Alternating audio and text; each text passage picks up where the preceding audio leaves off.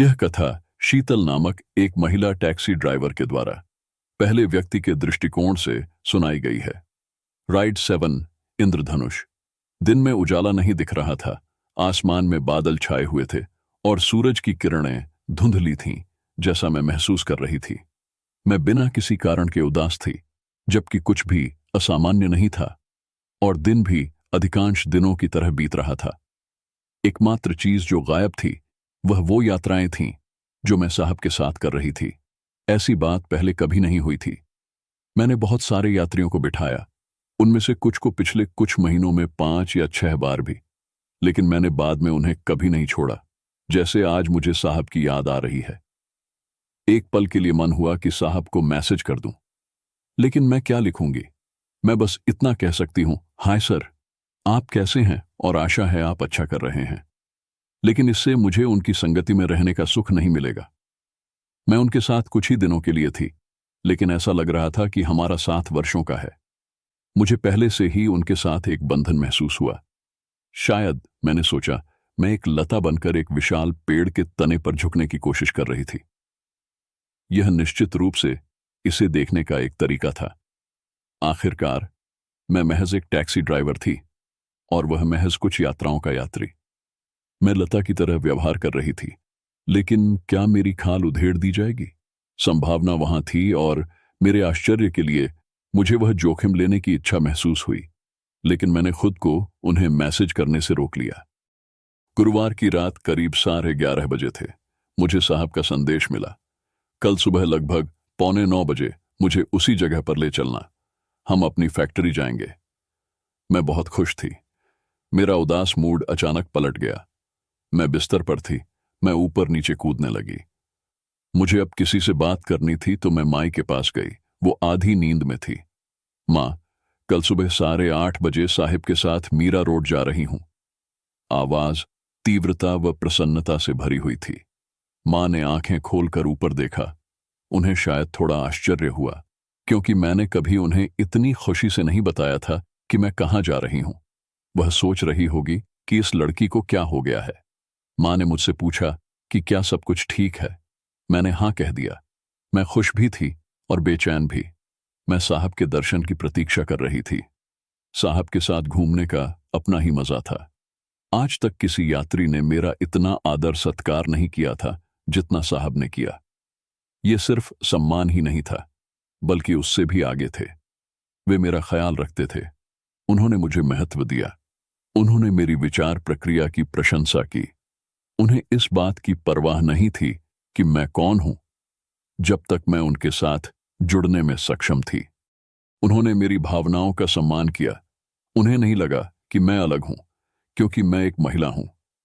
उन्होंने मेरे साथ किसी भी अन्य इंसान की तरह व्यवहार किया, मेरी खूबियों की सराहना की और उनका साहित्य के प्रति भी रुझान था। अन्यथा अधिकांश समय यात्रियों के साथ मेरी बातचीत सांसारिक बातों के साथ समाप्त हो जाती थी, जैसे कि मैंने कितनी यात्राएं की, एक महिला ड्राइवर होने के नाते मैंने कैसे प्रबंधन किया, या कभी-कभी मुझे कौन सा अभिनेता या अभिनेत्री पसंद थी, आदि। मोटे तौर पर यात्रियों को आमतौर पर लगता था कि सोचना केवल उनका क्षेत्र है। टैक्सी चालक इसमें सक्षम नहीं थे, खासकर एक महिला टैक्सी चालक। लेकिन साहब अलग थे। ड्राइवर से कौन पूछता कि बिजनेस स्कूल में क्या पेश करना है। साहब के साथ अब तक की हर यात्रा कुछ न कुछ सीखने से भरी रही, आनंद से भरी शिक्षा। मैं उनके साथ जितनी भी ड्राइव पर गई, उनमें से अधिकांश में उत्साह था। उन्होंने न केवल मेरे विचारों का सम्मान किया, बल्कि मेरे विपरीत विचारों को भी प्रोत्साहित किया। कम से कम भारत में ड्राइवरों और महिलाओं के साथ आमतौर पर दोयम दर्जे का नागरिक माना जाता है, लेकिन इस मामले में ऐसा नहीं है। उन्होंने मेरे साथ अपने बराबर का व्यवहार किया और साहब के बराबर महसूस करने से मुझे बहुत गर्व की अनुभूति हुई। इसीलिए साहब के साथ यात्रा करने के विचार ने मेरी सुखद भावनाओं को जागृत कर दिया।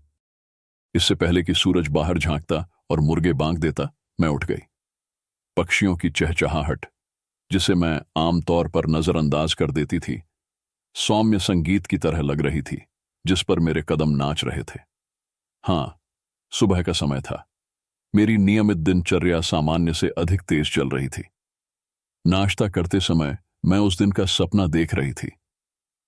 साहब कैसे कपड़े पहने होंगे, वह मुझे फैक्ट्री में क्या दिखाएंगे, मुझे कैसे कपड़े पहनने चाहिए, मुझे दूसरों को कैसे जवाब देना चाहिए।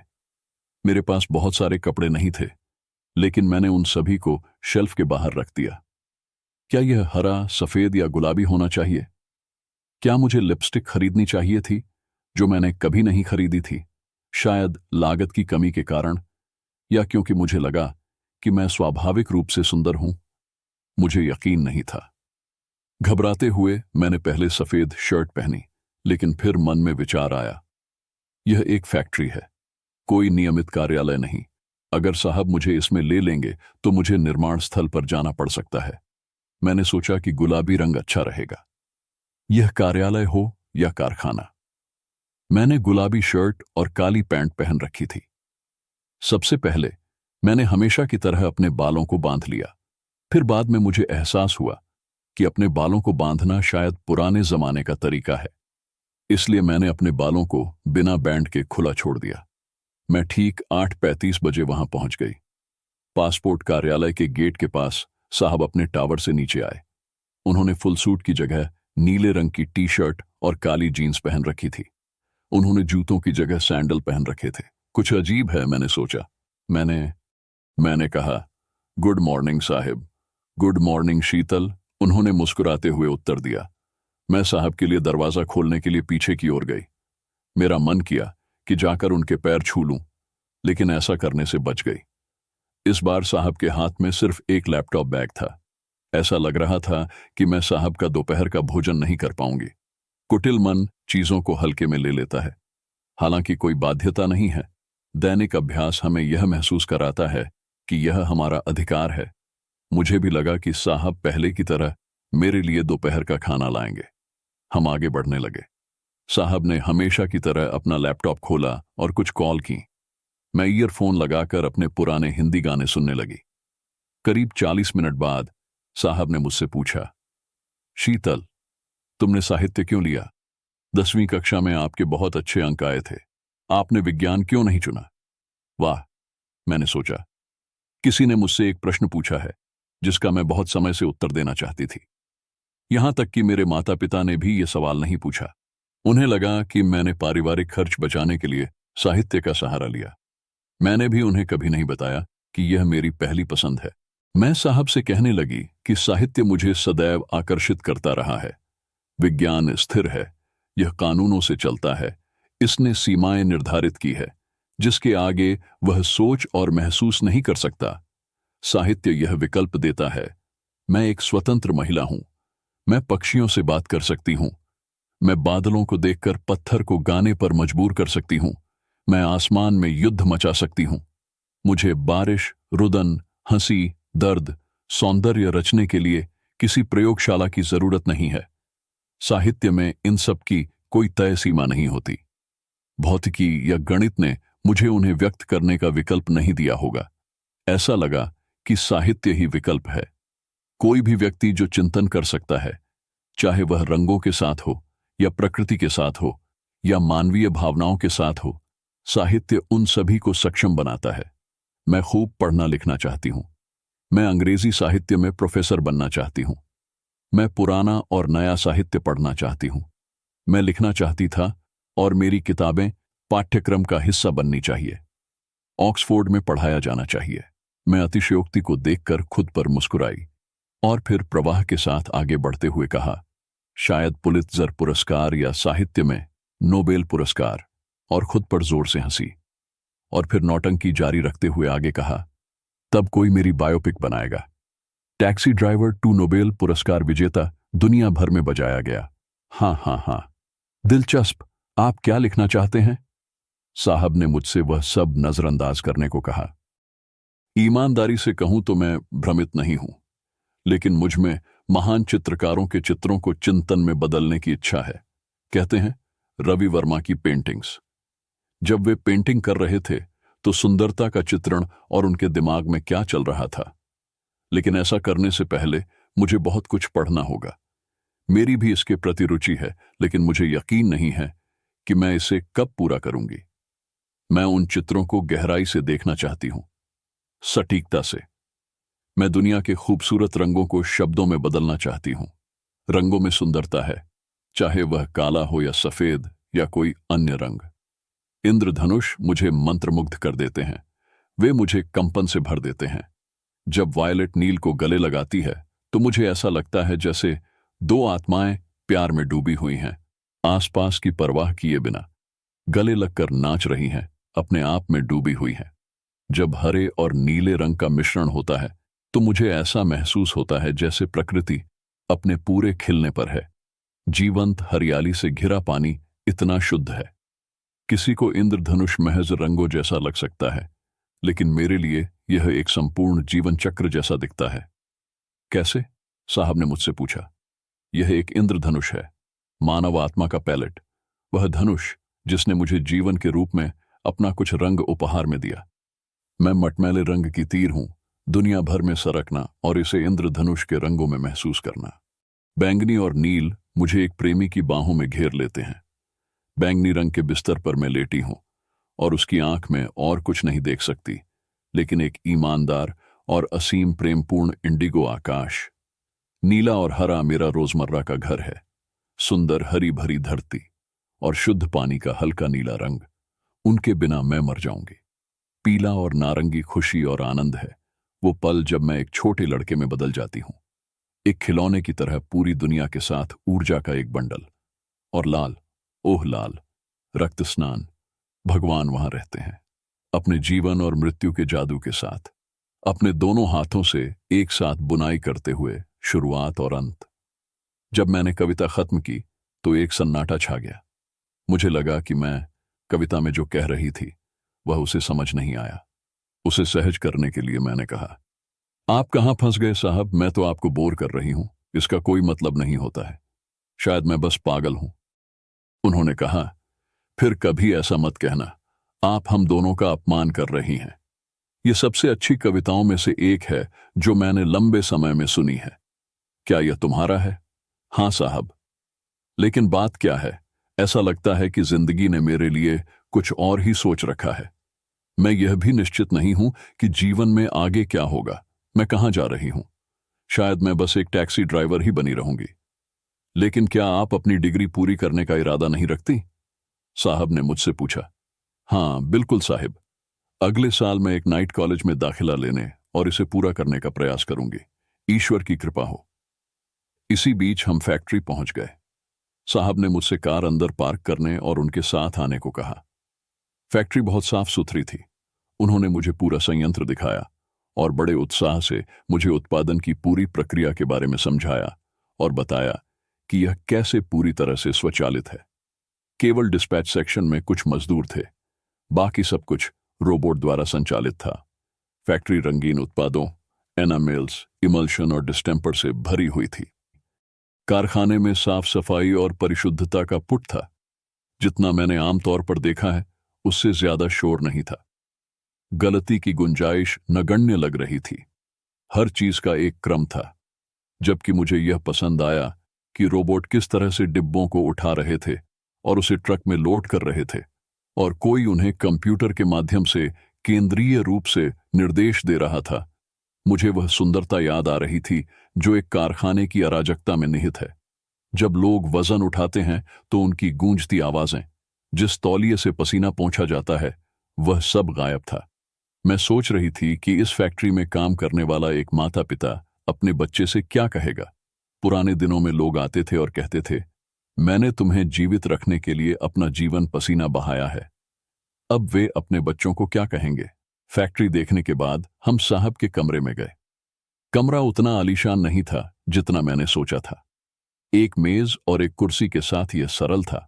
दिलचस्प बात यह है कि कोने में एक छोटी सी डेस्क ऐसी लग रही थी जैसे इसे हाल ही में बनाया गया हो, शायद कुछ दिन पहले, क्योंकि लकड़ी से अभी भी वार्निश की गंध आ रही थी। साहब ने इसकी ओर इशारा करते हुए कहा, कुछ दिनों के लिए जब भी आप आएं यहीं इस डेस्क पर बैठ सकती हैं। जब मैं लोगों से उलझूंगा तो बहुत अशांति होगी, लेकिन मैं चाहता हूं कि आप भी उस अशांति को सुने। आपके पास एक पीसी भी होगा, थोड़ी देर में भेज दिया जाएगा। आप जब भी यहां आएं तो लिखना शुरू कर सकती हैं। आप किसी भी चर्चा में हस्तक्षेप नहीं करेंगी, लेकिन अगर आपको कुछ कहना है तो आप वापस जाते समय कार में ऐसा करने के लिए स्वतंत्र हैं। यहां 3 महत्वपूर्ण लोग हैं जिनके बारे में आपको जानना चाहिए, साहब ने आगे कहा। मैं निश्चित नहीं था कि किस लिए। उन्होंने कहा, आपको वित्त और मानव संसाधन प्रमुख रामनाथ को जानना चाहिए। चूंकि यह एक छोटा संगठन है, इसलिए वह दोनों कार्यों का ध्यान रखता है। चूंकि रंग आपको आकर्षित करते हैं, मैं आपको उत्पाद और नवाचार प्रमुख स्मिता से मिलवाऊंगा। अंतिम लेकिन महत्वपूर्ण बात, सबके भगवान जितेंद्र, जो हर चीज में हमारी मदद करते फिरते हैं। आपको देखना चाहिए कि जब जितेंद्र छुट्टी पर होते हैं तो क्या स्थिति बनती है। साहब ने उन सभी को बुलाया और उनसे मेरा परिचय कराते हुए कहा, शीतल, हमारे उत्पादों और प्रक्रियाओं का अध्ययन करने और एक आम आदमी के रूप में परिवर्तन, यदि कोई हो, का सुझाव देने के लिए एक अंशकालिक प्रशिक्षु है। वह नियमित रूप से नहीं आएगी, लेकिन जब भी आए तो कृपया उसे अपना समय अवश्य दें। वे सभी भी मेरे जितना ही आश्चर्यचकित थे। मैंने सोचा, ओह महान, ड्राइवर के लिए एक सीट, वह भी एमडी के केबिन में। जीवन में कितना बढ़िया प्रमोशन है। इसके अलावा मुझे अपने साहब का साथ भी मिल रहा था। मुझे ऐसा महसूस हुआ जैसे मैं किसी भगवान के सानिध्य में स्वर्ग में पहुंच गई हूं। साहब ने अपनी दिनचर्या शुरू कर दी। मैं नए स्थापित पीसी के सामने बैठी थी। मुझे समझ नहीं आ रहा था कि क्या करूं। मैं कीबोर्ड पर अपनी उंगलियां फिराने लगी। मैंने सोचा कि मुझे कुछ लिखना चाहिए, लेकिन मेरा दिमाग खाली हो गया। हर 15 मिनट में मैं सिर्फ पानी पीती थी, कुछ नहीं करती थी। मैंने सोचा कि टैक्सी में गाने सुनना या साहित्य पढ़ना मेरे लिए बेहतर रहेगा। दोपहर के करीब 1:30 बजे थे। साहब ने कहा, चलो दोपहर के भोजन के लिए चलते हैं। मैं साहब के साथ गई। कैंटीन में सभी लोग साहब के आने का इंतजार कर रहे थे। साहब जितेंद्र के साथ बैठे और एक कार्यकर्ता ने मुझसे कहा कि जहां भी मुझे आराम महसूस हो वहां बैठ जाऊं। नवप्रवर्तन प्रमुख स्मिता के पास बैठकर मुझे आराम मिला। स्मिता ने मुझसे पूछा कि मैं क्या कर रही थी। मैंने अभी बताया कि मैं बीए के अंतिम वर्ष में हूं, जिसके आगे मैं उसे कुछ नहीं बता सकी। मुझे स्मिता से पता चला कि जाहिर तौर पर हर शुक्रवार को साहब फैक्ट्री में सबके साथ लंच करते थे। मुझे लगता है कि उस दिन लगभग 18 लोग थे। उन्होंने यह भी आदेश दिया था कि सभी बिजनेस प्रमुखों को भी वहां मौजूद रहना होगा। शुक्रवार के कार्यक्रम के अलावा महीने में एक बार साहब बिना किसी पूर्व सूचना के कैंटीन में चले जाते थे और भोजन की गुणवत्ता मानकों को सुनिश्चित करने के लिए वहां दोपहर का भोजन करते थे। हम वापस कमरे में चले गए। साहब काम करने लगे। मैं अपनी मेज पर गई। मैं लिखने की सोच रही थी, लेकिन मेरा दिमाग उस दिशा में काम ही नहीं कर रहा था। मेरा मन जैसे मदहोश हो गया। उंगलियां बस की बोर्ड पर थीं। जैसे जैसे उंगलियां चलने लगीं, मैंने बिंदु दर बिंदु टाइप करना शुरू कर दिया, विस्तार से। मुझे स्मिता से क्या सीखना चाहिए, और अगर कुछ नया हो तो मैं कारखाने के लिए सुझाव दे सकती हूं। उस समय कोई कविता या कला दिमाग में नहीं आई। क्या मैं एक पेंट कंपनी में शामिल हो गई थी? मेरी भौहें तन गईं। मैं पहले ही लगभग कुछ पेज टाइप कर चुकी थी। शाम के करीब 4 बजे थे। साहब ने कहा, चलो चलें, इसके अलावा अपने सभी विचारों का एक प्रिंट आउट भी बना लें। मैं वापस जाते समय इसे पढ़ना चाहूंगा। लेकिन कोई विचार विमर्श नहीं हुआ। हम दोनों घर लौटने के लिए कार में बैठ गए। सुनने के लिए धन्यवाद। आशा है कि आपको भी यह पसंद आया होगा और ऐसी ही ऑडियो ड्रामा सीरीज सुनने के लिए बने रहें। कृपया सब्सक्राइब बटन दबाना ना भूलें और अपने दोस्तों और रिश्तेदारों को भी जानकारी दें। आपका उत्साह मेरी ताकत है।